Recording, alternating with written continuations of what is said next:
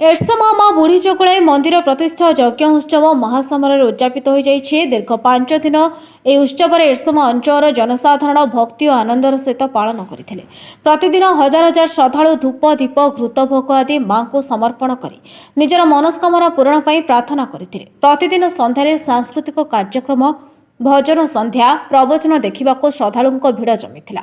शेष संध्यार अतिथि थे ओडिशार सुनामधन्य कंठशिल्पी करुणाकर सेठी, भाष्यकार गीतिकार शासमल मानस, श्रीपक साहू और साथीवृंद सुंदर भजन परिवेषण करते।